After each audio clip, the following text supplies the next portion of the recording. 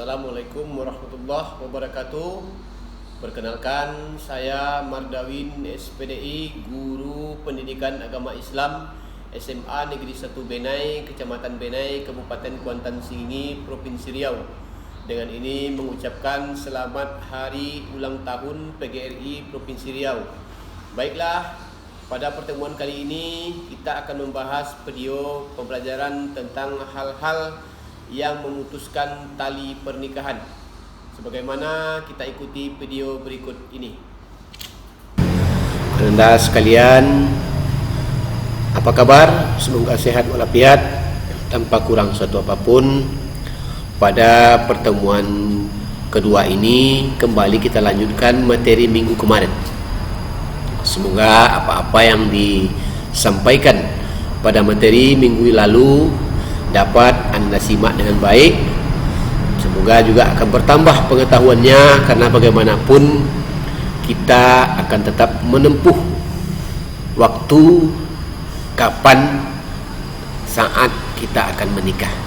Oleh karena itu ini sangat penting dan materi ini sangat urgensi sekali, karena bagaimanapun setelah dewasa ini, tamat dari SMA ini, siapa tahu dapat jodoh, kita akan segera menikah. Namun demikian tentu kalau bisa kita kuliah dulu, melanjutkan ke pendidikan yang lebih tinggi. Baik para anak sekalian, pada pagi ini sebelum kita lanjutkan materi berikutnya, karena hari sudah mulai siang, kita tadi pagi sudah diawal dengan doa. Namun sama-sama mari kita mengucapkan Bismillahirrahmanirrahim sebagai tanda pembuka pelajaran. Bismillahirrahmanirrahim. Baik, materi berikutnya akan kita lanjutkan kepada hal-hal yang dapat melepaskan ikatan pernikahan. Dalam hal ini, setelah seseorang itu menikah, lalu ada hal-hal atau masalah-masalah yang membuat pernikahan itu menjadi bubar, atau pernikahan itu menjadi berpecah belah, ataupun dalam istilah kitanya menjadi bercerai karena sebab-sebab tertentu. Lalu kita akan mengkaji apa saja hal-hal yang dapat melepaskan ikatan pernikahan tersebut. Yang pertama dalam pernikahan adalah talak. Apa itu talak? Talak adalah penceraian yang terjadi karena atas kehendak suami. Jadi intinya talak ini adalah hak suami. Istri tidak bisa menjatuhkan talak kepada suami, karena yang memiliki hak talak itu adalah suami. Jadi yang lazimnya adalah suami memberikan talak kepada istrinya. Lalu bagaimana talak ini hukumnya? Hukum talak ada, pertama itu talak makruh. Mengapa demikian? Karena sesuatu talak ini halal tapi dibenci oleh Allah. Kenapa demikian? Karena memutuskan tali silaturahmi. Inilah yang menyebabkan Allah menjadi benci, sehingga talak ini tidak dibolehkan kalau bisa. Mengapa demikian? Meskipun itu halal, Allah benci karena akan memutuskan, salah satunya adalah tali silaturahmi dan memutuskan tali kasih antara suami dengan istri. Lalu timbul pertanyaan, mengapa dalam Islam itu talak atau cerai itu dibolehkan? Karena ada beberapa sebab. Namun sebelum itu kita kaji dulu apa itu macam-macam atau jenis-jenis talak tersebut. Yang pertama namanya talak ruj'ah, yaitu talak 1, 2. Ini disebut talak ruj'ah. Artinya setelah sang suami menalak istrinya, maka ia boleh lagi kembali kepada istrinya, boleh rujuk kembali, karena masa iddahnya belum habis, atau masa untuk memberikan talak masih ada satu kali lagi, yaitu talak ketiga atau talak terakhir. Oleh karena itu talak ruj'ah ini masih bisa kembali kepada sang istri, dalam arti kata diberikan waktu untuk berpikir. Yang kedua adalah talak bain. Apa itu talak bain? Talak bain adalah talak 3. Jika suami tidak dapat rujuk, maka iddahnya belum habis, talak 3 sering disebut dengan talak bain kubra. Artinya apa? Setelah 3 kali berturut-turut ataupun dalam waktu yang tidak bersamaan sang suami memberikan talak kepada istrinya, menjatuhkan talak, maka otomatis dia tidak bisa lagi kembali kepada istrinya. dan dia sudah habis bercerai ataupun keluarganya sudah bubar. Jadi ini talak bain kubra. Seorang suami harus pergi meninggalkan rumah, berpisah dengan istrinya untuk selama-lamanya. Lalu kita timbul pertanyaan di awal tadi, apa itu talak dan bagaimana itu ucapan talak itu? Kenapa hanya laki-laki? Ucapan talak itu juga terbagi dua. Pertama, talak sarih, artinya talak yang dilapaskan secara jelas, diucapkan secara jelas, lantang, terang oleh seorang laki-laki atau seorang suami kepada istrinya. Contohnya, hari ini kamu saya cerai, atau kamu saya talak. Talak seperti ini adalah talak sudah jatuh dan haram hukumnya bagi suami istri untuk bercampur atau berhubungan suami istri selama belum ada masa untuk rujuk. Nah, jadi ini talak sarih, jelas, nyata. Yang kedua namanya talak kinayah. Ini diberikan dengan bahasa sindiran atau bahasa sampiran. Contohnya, sang suami berkata kepada istrinya, pergilah engkau dari sini, atau pulanglah untuk sementara waktu kau ke rumah orang tuamu. Nah, ini talaknya jatuh dan ini dinilai talak. Kenapa demikian? Karena dia menyindir istrinya lewat bahasa sindiran yang secara tidak langsung dia meminta berpisah sementara dengan istrinya. Ini talak yang diucapkan secara sindiran. Lalu ada beberapa hal lagi yang membuat pernikahan itu rusak. Tidak batal, tapi rusak.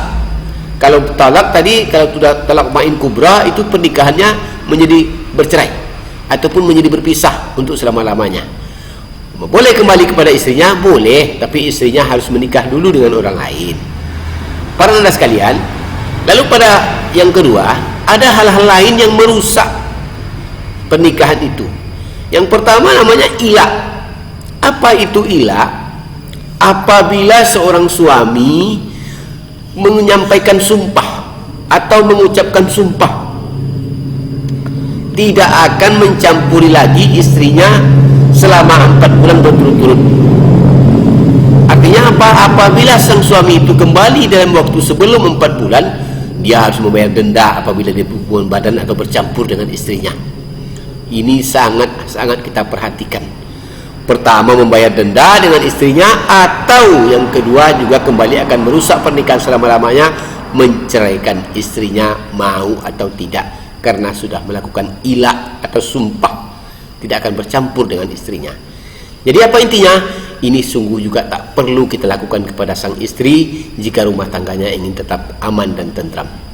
Para sekalian, kemudian yang kedua, li'an. Apa ini li'an? Sang suami tanpa alasan yang jelas, sang suami ini tanpa bukti yang nyata, dia menuduh istrinya berzina dengan orang lain. Nah, ini luar biasa, padahal buktinya tidak ada. Padahal mungkin istrinya soleh, tapi kalau istrinya berzina dengan orang lain, tertangkap tangan, buktinya nyata, ini sah. Terserah kepada suami, dan suami mampu menghadirkan 4 orang saksi, suami boleh menceraikan istrinya karena buktinya lengkap. Tapi kalau hanya ucapan, ini li'an akan merusak kepada suaminya tanpa bukti yang jelas. Nah, ini pernah sekalian, jadi harap anda pahami, jangan sembarangan menuduh, apalagi laki-laki ya. Tak boleh sembarang menuduh istrinya untuk berbuat serong dengan orang lain tanpa bukti yang nyata. Apalagi hari ini teknologi sudah canggih, barang bukti sudah banyak. Kalau jika kita mau menuduh istri kita, jangan tanpa alasan. Kita lanjutkan. Kemudian yang ketiga adalah suami ini hukumnya apa? Sebelum kita lanjut, suaminya ini hukumnya apa akibat dari li'an ini? Yang pertama, suami tidak dihukum had atau menuduh, istri wajib dihukum had zina. Kemudian suami istri bercerai selama-lamanya, atau jika lahir anak, anak itu tidak akan diakui oleh suaminya. Nah, ini luar biasa para saudara sekalian. Jadi hati-hatilah dalam menuduh istri berzina dengan orang lain, apalagi tanpa bukti yang jelas. Kemudian yang ketiga, zihar. Apa itu zihar? Suami ini kadang-kadang aneh, meskipun mungkin karunia Allah istrinya ini mirip kepada ibunya, dia tidak boleh. Ini kebiasaan orang-orang Arab dahulu, di mana orang-orang Arab dahulu mengumpamakan istrinya ini mirip dengan ibunya, sehingga dia berkata, kok engkau tampak dari belakang olehku seperti punggung ibuku. Ini dosa. Ini akan mengakibatkan suami wajib membayar kifarat 3 tingkatannya. Pertama, memerdekakan budak. Kedua, puasa 2 bulan berturut-turut. Bila tidak mampu, maka suami ini wajib memberi nafkah 60 orang fakir miskin. Lalu khulu'.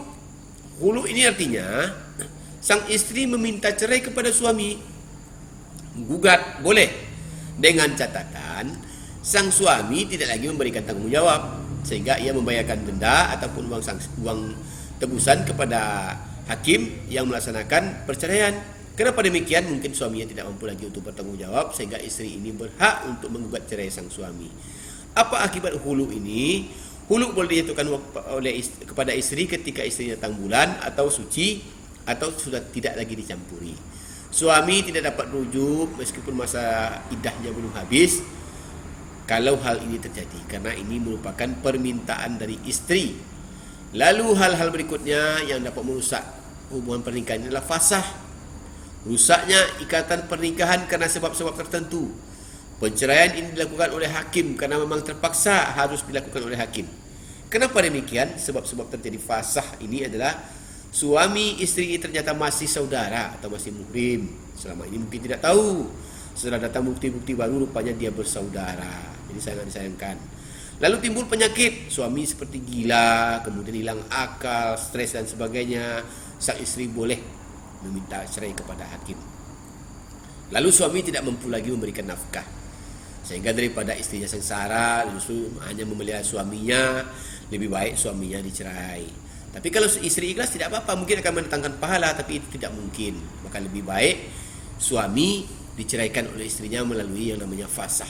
Kemudian yang keempat, suami pergi tanpa sebab yang jelas, hilang begitu saja tanpa pesan, tanpa berita. Sang istri boleh minta cerai kepada hakim. Lalu fasah ini 2 jenis. Pertama, hadanah, merawat mendidik anak jika anak belum mampu untuk mengurus diri sendiri. Kemudian apabila suami dan istri bercerai, dapat anak memayis, maka istri yang berhak. Dan anaknya yang belum memayis maksudnya, maka istri yang lebih berhak merawat anak ini, sehingga biaya perawatan ditanggung oleh bapaknya. Kalau anak sudah mengerti, maka pilihlah kepada anak siapa yang lebih pantas untuk memelihara atau merawat anak ke depan. Selanjutnya, ada lagi yang menyebabkan ini, iddah.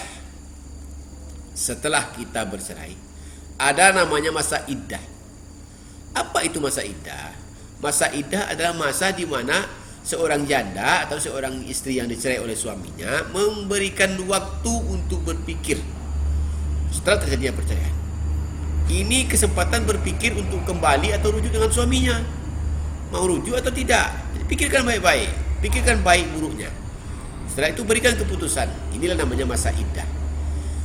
Kedua, gunanya adalah untuk mengetahui keadaan istri hamil atau tidak. Kalau hamil, suami wajib kembali. Tapi kalau tidak hamil, suami boleh pergi untuk selama-lamanya dengan catatan sudah bercerai. Masa iddahnya habis, dia tidak kembali, boleh cerai. Ternyata suami juga, maksudnya istri juga tidak hamil, sehingga boleh bercerai untuk selama-lamanya. Lalu yang berikutnya adalah macam-macam iddah. Bagi istri yang diceraikan oleh suami dalam keadaan hamil, maka iddahnya sampai anak lahir atau sampai kering darah kotornya. Kemudian bagi istri tinggal mati suaminya dan tidak hamil, masa iddahnya 4 bulan 10 hari atau 130 hari lamanya. Lalu jika istri yang masih datang bulan lancar masa haidnya, maka masa iddahnya 3 kali suci atau 3 kali kuruk. Bagi istri janda yang sudah tidak datang bulan, masa iddahnya hanya 3 bulan atau 90 hari. Karena tidak akan mengakibatkan apa-apa, karena dia mungkin sudah menopause sehingga dia boleh untuk bersuami yang lain kembali. Lalu berikutnya, bagi istri janda yang belum pernah dicampuri, kita contohkan ketika pesta datang, tiba-tiba suaminya mendadak meninggal, tentu belum sempat berhubungan badan, belum sempat campur, maka istri ini tidak punya masa iddah, dia boleh menikah kapan saja dengan orang lain. Para anda sekalian, pada masa iddah ini ternyata istri masih memiliki hak. Apa hak istri? Istri janda yang ditalak raji'ah, bukan talak ba'in kubra, berhak mendapat tempat pakaian dan nafkah berupa pangan. Bagi istri janda ditalak ba'in, mereka hanya berhak mendapatkan tempat tinggal. Bagi istri tinggal mati suaminya, ketika masa iddah mereka tidak mendapat nafkah karena sudah mendapatkan warisan dari almarhum suaminya. Begitu pula janda, masa iddahnya juga tidak mendapatkan nafkah. Jadi ini yang harus kita pahami. Rukun rujuk. Ternyata rujuk ini nggak boleh sembarangan, pakai rukun. Yang pertama, apa saja rukun rujuk ini? Istri sudah pernah dicampuri oleh suaminya, artinya sudah pernah berhubungan badan sebelumnya, maka boleh untuk rujuk. Karena kita takuti nanti ada bibit ataupun calon bayi tinggal di rahim istrinya sehingga akan menjadikan satu insan manusia, maka suami boleh rujuk. Kemudian yang kedua, yang dirujuk tersebut istri yang tidak ditalak raj'ah, tidak ditalak bain maksudnya, bain kubrah, tapi masih ditalak raj'ah, artinya masih talak satu, masih talak dua, jadi berhak untuk dirujuk oleh suaminya. Yang ketiga, masa iddahnya belum habis. Jangan sampai masa iddah habis sang suami baru mau kembali kepada istrinya, nggak bisa lagi. Makanya sebagaimana yang kita bacakan di awal tadi, jangan sampai masa iddah ini habis, maka segeralah untuk kembali kepada istri. Kemudian istri tersebut dirujuk itu tertentu. Jika suami ini menjatuhkan talak kepada beberapa istrinya, istri yang dirujuk hanya satu, istri yang lain tidak dirujuk, maka ini tidak sah, maka harus dirujuk kembali semuanya. Lalu lapal rujuk ini boleh dengan lapal yang sangat jelas, contohnya aku kembali kepada engkau, aku ingin berbaik kembali dengan engkau, terserah, ataupun dengan sindiran, aku kembali lagi ke rumahmu, terserah, mana yang mau kita sampaikan. Kemudian tidak ada paksaan dari pihak lain, tak ada suami dipaksa, istri tidak dipaksa, tapi rujuk ini atas kesadaran masing-masing. Demikian yang dapat Bapak sampaikan. Semoga perjalanan kita hari ini memberikan manfaat, dan anak-anak kami banyaklah belajar, karena ini pokok bahasan yang sangat penting sekali. Dan kita akan sambung minggu depan dengan pelajaran masih materi ini, tapi lanjutan pada KD3, yakni tentang undang-undang pernikahan atau undang-undang perkawinan di Indonesia. Mari kita sama-sama mengucapkan alhamdulillahirabbil alamin. Akhirul kalam, billahi taufiq wal hidayah. Wassalamualaikum warahmatullahi wabarakatuh.